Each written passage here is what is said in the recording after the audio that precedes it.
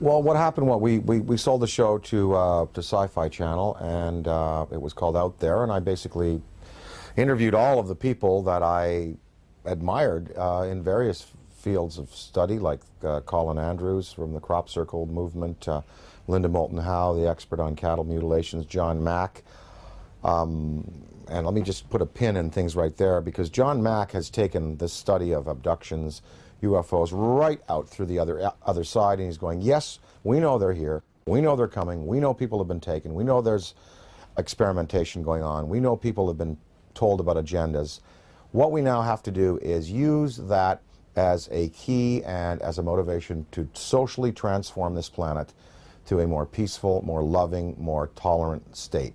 So his movement, the movement for social change, has just accepts as a fact abductions, UFOs, interplanetary intervention, and what he's doing is taking it out through the positive side of it and saying, now we must use it to socially transform. And I think his message is great. But I talked to him, I talked to the Allagash guys who were taken in the canoe on that trip in Pennsylvania. The last show we did, I had both Bassett, who has the UFO time clock, and then Greer. Both Bassett and Greer were there. They were my two guests for the day.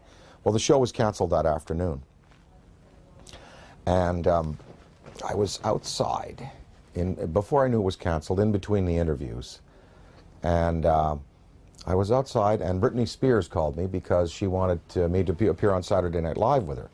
And so I was outside having a cigarette, the phone rang. Oh, Brittany, how you doing? Oh, sure, of course I will. I turned away like this. I turned back, and there was a black Ford across the road, a black Ford sedan. And I was trying to look at the plate, and the plate seemed kind of like fuzzy, and I was, definitely a police car. And two guys were there, and a big, big, tall guy got out of the back seat. And he stood in the street on 42nd Street it was. We were at 42nd Street and 8th Avenue. And he looked right at me. And literally, I was on the phone. Hey, oh, sure, of course I'd love for the show. Saw the Ford, went back like this, turned back like a half second later, and it was gone. And that car did not go past me. It did not make a U-turn, because I would have seen 42nd Street. I would have seen that thing take a U-turn and go away. That car vanished. That car was a cloaked vehicle of some type. And whether this was like a warning to me, because the guy got out of the back seat, gave me a real dirty look. That car vanished. I know what I saw. And it was just this fast. It was, oh, hi, Brittany, sure. Oh, of course, I'd love to. Guy gives me a dirty look. Oh, well, sure. Car gone. That's what happened. And then 2 hours later, we were told we were not to continue taping, and the show was canceled, and none of them would air. I don't know. I don't know. Was that an MIB experience? Black helicopters, military abductions that happen. Sometimes people are taken, and they talk about then being visited by military personnel and debriefed about their abduction.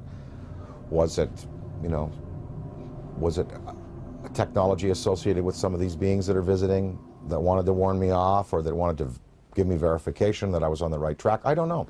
But I do know I did turn back a second later, and it takes so long for an automobile accelerating from 0 to 40 miles an hour to reach the corner of 8th Avenue and 42nd Street going past me, and then pulling a U-turn and going out towards Times Square. I would have seen that car.